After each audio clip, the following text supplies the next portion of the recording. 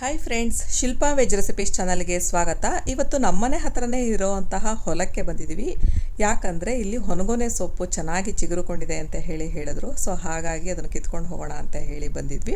ಒಂದೆರಡು ಮಳೆ ಆಯಿತು ಅಂದರೆ ಸಾಕು, ಹೊನಗೊನೆ ಸೊಪ್ಪು ಚಿಗುರೋದಕ್ಕೆ ಸ್ಟಾರ್ಟ್ ಆಗುತ್ತೆ. ಹೊಲಗಳಲ್ಲಿ ಕೆರೆ ಹತ್ರ ಹೊನಗೊನೆ ಸೊಪ್ಪು ಚೆನ್ನಾಗಿ ಸಿಗುತ್ತೆ. ಮತ್ತು ಇದರಲ್ಲಿ 4-5 ಥರ ಹೊನಗೊನೆ ಸೊಪ್ಪು ಇರುತ್ತೆ. ಇದು ಯಾವುದೇ ರೀತಿ ಹೂ ಬಿಡೋದಿಲ್ಲ ಮತ್ತು ಮುಳ್ಳು ಕೂಡ ಇರೋದಿಲ್ಲ. ಆ ರೀತಿ ಹೊನಗೊನೆ ಸೊಪ್ಪು ದೊಡ್ಡ ಹೊನಗೊನೆ ಅಂತ ಕೂಡ ಕರೀತಾರೆ. ಇದರಲ್ಲಿ ನಾವು ಸಾಂಬಾರು ಮಾಡ್ಬೋದು, ಪಲ್ಯ ಮಾಡ್ಬೋದು, ಹಾಗೆ ಬಸ್ಸಾರನ್ನ ಕೂಡ ಮಾಡ್ಬೋದು. ತುಂಬಾ ರುಚಿಯಾಗಿರುತ್ತೆ.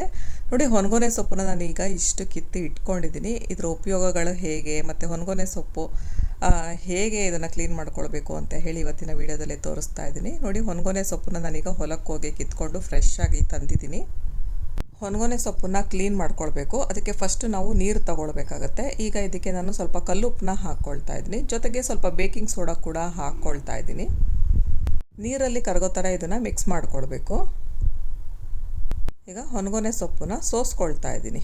ನೀಟಾಗಿ ನೋಡಿಕೊಂಡು ಸೋಸ್ಕೊಳ್ಳಿ. ತುಂಬ ದಪ್ಪ ದಪ್ಪ ಕಡ್ಡಿ ಇದ್ದರೆ ಹಾಕೋದು ಬೇಡ, ಎಳೆಯದಿದ್ದರೆ ಹಾಗೆ ಈಸಿಯಾಗಿ ನಾವು ಸೋಸ್ಕೊಳ್ಬೋದು. ನಾನು ಆಲ್ಮೋಸ್ಟು ಎಲ್ಲ ಎಳೆ ಇರೋ ಅಂತಹ ಹೊನಗೊನೆ ಸೊಪ್ಪನ್ನ ಚಿಗುರೇನಿರುತ್ತೆ ಅದನ್ನು ಮಾತ್ರ ಕಿತ್ಕೊಂಡು ಬಂದಿದ್ದೀನಿ. ದೊಡ್ಡ ದೊಡ್ಡ ದಪ್ಪ ಎಲೆ, ಬಲ್ತಿದ್ದ ಎಲೆ ಎಲ್ಲ ನಾನು ಕಿತ್ಕೊಂಡು ಬಂದಿಲ್ಲ. ಬರೀ ತುದಿ ಮಾತ್ರ ಕಟ್ ಮಾಡ್ಕೊಂಡು ಬಂದಿದ್ದೀನಿ. ಕೆಲವರು ದಂಟು ಸಮೇತ ಹಾಕಿ ಮಾಡ್ತಾರೆ. ಎಳೆ ದಂಟಿದ್ರೆ ಹಾಕ್ಕೊಳ್ಬೋದು, ಸ್ವಲ್ಪ ದಪ್ಪ ದಂಟಿದ್ರೆ ಅದನ್ನು ಬಿಡಿಸ್ಕೊಳ್ಬೇಕಾಗತ್ತೆ. ನೋಡಿದ್ರೆ ಗೊತ್ತಾಗುತ್ತೆ ನಮಗೆ ಈಸಿಯಾಗಿ. ಇದು ತುಂಬ ಸುಲಭ ಕೂಡ ಇದನ್ನು ಕ್ಲೀನ್ ಮಾಡ್ಕೊಳ್ಳೋದು.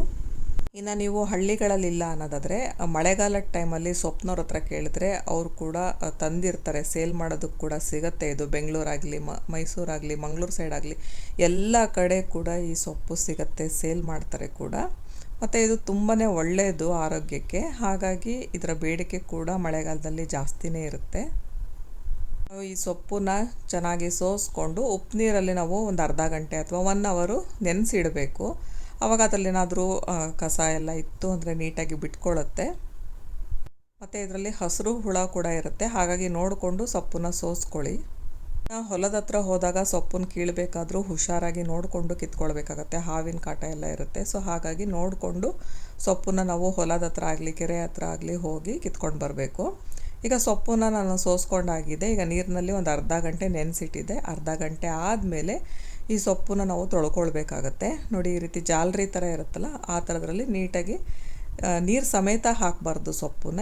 ಈ ರೀತಿ ತೆಗಿಬೇಕು ಸೊಪ್ಪನ್ನ ಕೈಯಿಂದ. ನೀರು ಸಮೇತ ಹಾಕಿದ್ರೆ ಅದ್ರ ಮಣ್ಣೆಲ್ಲ ಮತ್ತೆ ಆ ಸೊಪ್ಪಲ್ಲೇ ಹೋಗುತ್ತೆ. ಹಾಗಾಗಿ ಈಗ ಈ ಮಣ್ಣು ನೀರನ್ನು ಚೆಲ್ಕೊಳ್ತಾ ಇದ್ದೀನಿ. ಇದೇ ಥರ ಒಂದು 2-3 ಸಲ ನಾವು ಕ್ಲೀನ್ ಮಾಡ್ಕೊಳ್ಬೇಕಾಗತ್ತೆ. ಈ ಪಾತ್ರೆಗೆ ನಾನು ಈಗ ನೀರು ಬಿಟ್ಕೊಂಡು ಮತ್ತೆ ಸೊಪ್ಪನ್ನ ಹಾಕ್ಕೊಳ್ತೀನಿ. ಸೊಪ್ಪನ್ನ ಚೆನ್ನಾಗಿ ಕೈ ಆಡಿಕೊಂಡು ನಂತರ ಆ ಜಾಲರಿ ಇದಕ್ಕೆ ಹಾಕ್ಕೊಳ್ತೀನಿ. ಇದೇ ಥರ ಒಂದು 2-3 ಸಲ ಮಾಡ್ಕೊಳ್ಬೇಕಾಗತ್ತೆ. ಇದು ಕ್ಲೀನ್ ಆಗೋ ಅಷ್ಟರಲ್ಲಿ ಇದರ ಬೆನಿಫಿಟ್ಸ್ ಏನು ಅಂತ ಹೇಳ್ತೀನಿ. ಇನ್ನು ಈ ಹೊನಗೊನೆ ಸೊಪ್ಪನ್ನು ಆಯುರ್ವೇದ ಶಾಸ್ತ್ರದಲ್ಲಿ ಅಥವಾ ಸಂಸ್ಕೃತದಲ್ಲಿ ಮತ್ಸಾಕ್ಷಿ ಅಂತ ಕರೀತಾರೆ. ಈ ಸೊಪ್ಪು ತನ್ನ ಔಷಧೀಯ ಗುಣಗಳಿಂದ ಪ್ರಖ್ಯಾತಿ ಕೂಡ ಹೊಂದಿದೆ. ಇನ್ನು ಈ ಸೊಪ್ಪಿನಲ್ಲಿ 5% ಪ್ರೋಟೀನ್ ಇದೆ ಮತ್ತು 16 ಮಿಲಿಗ್ರಾಮ್ನಷ್ಟು ಕಬ್ಬಿಣಾಂಶ ಕೂಡ ಇದೆ. ಇನ್ನು ಈ ಸೊಪ್ಪನ್ನ ನಿಯಮಿತವಾಗಿ ಬಳಸೋದ್ರಿಂದ ಕಣ್ಣು, ಕೂದಲು ಮತ್ತು ಚರ್ಮದ ಸಮಸ್ಯೆಗೆ ಇದು ರಾಮಬಾಣ ಕೂಡ ಆಗಿ ಕೆಲಸ ಮಾಡುತ್ತೆ. ಅಷ್ಟೇ ಅಲ್ಲದೆ ಕೆಮ್ಮು, ನೆಗಡಿ, ಸಕ್ಕರೆ ಕಾಯಿಲೆಯಂತಹ ಸಮಸ್ಯೆಗೂ ಕೂಡ ಇದು ಪರಿಹಾರ ಆಗಿದೆ. ಇದು ತುಂಬಾ ಒಂದು ಅಮೂಲ್ಯವಾದ ಔಷಧೀಯ ಗುಣಗಳನ್ನು ಹೊಂದಿರುವಂತಹ ಸೊಪ್ಪಾಗಿದೆ. ಇದು ನಾವು ಕಂಟಿನ್ಯೂಸ್ ಆಗಿ 45 ದಿವಸ ಈ ಸೊಪ್ಪನ್ನ ಬೇಯಿಸ್ಬಿಟ್ಟು ಅದರ ರಸನ ತಗೊಳ್ತಾ ಇದ್ದರೆ ಕಣ್ಣಿನ ದೋಷ 100% ದೂರ ಆಗುತ್ತೆ ಅಂತ ಕೂಡ ಹೇಳ್ತಾರೆ. ಇದರಲ್ಲೇ ಕೆಲವು ಸೊಪ್ಪುಗಳು ಬರುತ್ತೆ, ಅದರಲ್ಲಿ ಹೂ ಕೂಡ ಬಿಡುತ್ತೆ. ಆ ಸೊಪ್ಪಿನ ಹೂಗಳನ್ನು ತಿನ್ನೋದ್ರಿಂದ ಇರುಳು ಕುರುಡುತನ ಕೂಡ ವಾಸಿಯಾಗತ್ತಂತೆ. ಮತ್ತು ಕಣ್ಣಲ್ಲಿ ನೀರು ಸೋರೋ ಅಂಥದ್ದು, ಕಣ್ಣಿನ ಊತ ಆಗಿದ್ದರೆ ಆ ರೀತಿ ಸಮಸ್ಯೆಗೂ ಕೂಡ ಇದು ಪರಿಹಾರ ಆಗಿದೆ. ಇನ್ನು ಈ ಸೊಪ್ಪಿನ ರಸನ ಎಳ್ಳೆಣ್ಣೆ ಅಥವಾ ಕೊಬ್ಬರಿ ಎಣ್ಣೆಯಲ್ಲಿ ಮಿಶ್ರಣ ಮಾಡಿ ತಲೆಗೆ ಹಚ್ಕೊಂಡ್ರೆ ಕಣ್ಣಿನ ಸಮಸ್ಯೆ ಕೂಡ ದೂರ ಆಗುತ್ತೆ, ಜೊತೆಗೆ ನೆನಪಿನ ಶಕ್ತಿ ವೃದ್ಧಿ ಆಗುತ್ತೆ. ಹಾಗೆ ಕೂದಲು ಕೂಡ ಚೆನ್ನಾಗಿ ಸೊಂಪಾಗಿ ಬೆಳೆಯುತ್ತೆ, ಕೂದಲು ಉದುರೋದು ಕೂಡ ನಿಲ್ಲುತ್ತೆ. ಇನ್ನು ಈ ಸೊಪ್ಪು ಕಿತ್ಕೊಂಬರುವಾಗ ಬೇರು ಸಮೇತ ನಾವು ಕಿತ್ಕೊಂಡು ಬಂದು ಅದನ್ನು ಕೂಡ ಬಳಸೋದ್ರಿಂದ ಅದರಿಂದ ಹುಳಿ ತೇಗೋ ಸಮಸ್ಯೆ ಕೂಡ ಪರಿಹಾರ ಆಗುತ್ತೆ. ಇನ್ನು ರಕ್ತದೊತ್ತಡ ಹೆಚ್ಚಿರೋ ಅಂಥವ್ರು ಅಂದರೆ ಬಿ ಪಿ ಏನಾದರೂ ಜಾಸ್ತಿ ಇತ್ತು ಅನ್ನೋದಾದರೆ ನಿಯಂತ್ರಣಕ್ಕೆ ಬರೋದಕ್ಕೂ ಕೂಡ ಇದು ತುಂಬಾ ಸಹಾಯ ಮಾಡುತ್ತೆ. ಇನ್ನು ಚರ್ಮದಲ್ಲಿ ಕಜ್ಜಿ, ಗುಳ್ಳೆ ಮತ್ತು ಮೊಡವೆ ಏನಾದರೂ ಆಗಿದ್ದರೆ ಮುಖದಲ್ಲಿ ಆ ಸಮಸ್ಯೆಗಳಿಗೂ ಕೂಡ ಇದು ಔಷಧಿಯಾಗಿ ಬಳಕೆ ಆಗುತ್ತೆ.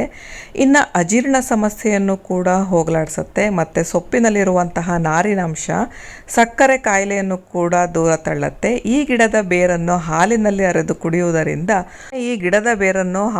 ಅರೆದು ಕುಡಿಯುವುದರಿಂದ ಉರಿ ಮೂತ್ರ ಏನಾದರೂ ಆಗ್ತಾ ಇದ್ರೆ ಆ ಸಮಸ್ಯೆ ಕೂಡ ನಿವಾರಣೆ ಆಗುತ್ತೆ. ಇನ್ನು ಈ ಸೊಪ್ಪಿನ ರಸ ಮತ್ತು ಮೂಲಂಗಿ ಸೊಪ್ಪಿನ ರಸನ 10 ಗ್ರಾಮ್ನಷ್ಟು ಮಿಶ್ರಣ ಮಾಡಿ ಜೊತೆಗೆ ಇದಕ್ಕೆ ಸೈಂಧವ ಲವಣ ಸೇರಿಸಿ ಕುಡಿದ್ರೆ ಮೂಲವ್ಯಾಧಿ ಕೂಡ ಕಡಿಮೆ ಆಗುತ್ತೆ. ಈಗ ನೋಡಿ ಸೊಪ್ಪನ್ನೆಲ್ಲ ತೊಳೆದಾಯಿತು, ಈಗ ಇಟ್ಕೊಂಡಿದ್ದೀನಿ. ಇದನ್ನು ನಾನು ರಾತ್ರಿ ತೊಳೆದು ಇಟ್ಕೊಂಡಿದ್ದೀನಿ. ನೆಕ್ಸ್ಟ್ ನಾವು ಬೆಳಗ್ಗೆ ಇದನ್ನು ಬಳಸ್ಕೊಳ್ಬೋದು ಅಥವಾ ತಕ್ಷಣ ಕೂಡ ಬಳಸ್ಬೋದು. ನಾನು ರಾತ್ರಿಯೇ ಯಾವಾಗಲೂ ಇದನ್ನು ತೊಳೆದು ಇಟ್ಟು ಕ್ಲೀನ್ ಮಾಡಿ ಇಟ್ಕೊಂಡಿರ್ತೀನಿ. ಬೆಳಗ್ಗೆ ಟೈಮ್ ಪಲ್ಯ ಮಾಡೋದಕ್ಕೆ ಈಸಿ ಆಗುತ್ತೆ. ಈಗ ಇದನ್ನು ಸಣ್ಣದಾಗಿ ಕಟ್ ಮಾಡಿಕೊಂಡ್ರೆ ನಾವು ಪಲ್ಯ ಮಾಡ್ಕೊಳ್ಳೋದಕ್ಕಾಗಿರ್ಬೋದು ಅಥವಾ ಬಸ್ಸಾರು ಮಾಡ್ಕೊಳ್ಳೋದಕ್ಕಾಗಿರ್ಬೋದು ಅಥವಾ ಸೊಪ್ಪಿನ ಸಾಂಬಾರು ಮಾಡ್ಕೊಳ್ಳೋದಕ್ಕಾದರೂ ನಾವು ಬಳಸ್ಕೊಳ್ಬಹುದು. ಅಥವಾ ನೀವು ರಾಗಿ ಹಿಟ್ಟಿನ ಜೊತೆ ಇದನ್ನು ಮಿಕ್ಸ್ ಮಾಡಿಕೊಂಡು ರೊಟ್ಟಿ ಮಾಡ್ಕೊಳ್ಬೋದು ಅಥವಾ ಗೋಧಿ ಹಿಟ್ಟಿನ ಜೊತೆ ಕೂಡ ಇದನ್ನು ಮಿಕ್ಸ್ ಮಾಡಿಕೊಂಡು ಪರೋಟ ಥರ ಮಾಡ್ಕೊಂಡು ಕೂಡ ತಿನ್ಬೋದು. ತುಂಬಾ ರುಚಿಯಾಗಿರುತ್ತೆ, ಜೊತೆಗೆ ಆರೋಗ್ಯಕ್ಕೆ ಕೂಡ ತುಂಬಾ ಒಳ್ಳೆಯದು. ಇದರಿಂದ ಹಲವು ರೆಸಿಪಿಗಳನ್ನು ನೆಕ್ಸ್ಟ್ ವೀಡಿಯೋಗಳಲ್ಲಿ ನಾನು ಅಪ್ಲೋಡ್ ಮಾಡ್ತೀನಿ. ನೀವು ಮಿಸ್ ಮಾಡದೆ ಈ ಸೊಪ್ಪನ್ನೆಲ್ಲ ಸಿಕ್ತು ಅಂದರೆ ಆ ರೆಸಿಪಿಗಳನ್ನೆಲ್ಲ ಟ್ರೈ ಮಾಡಿ.